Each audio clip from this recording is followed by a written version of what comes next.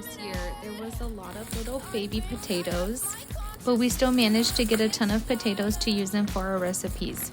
We made mashed potatoes, scalloped potatoes, and fried potatoes. It's so easy to grow potatoes. You just take your old rotten potatoes, throw them in a bag, add some dirt, and water them from time to time.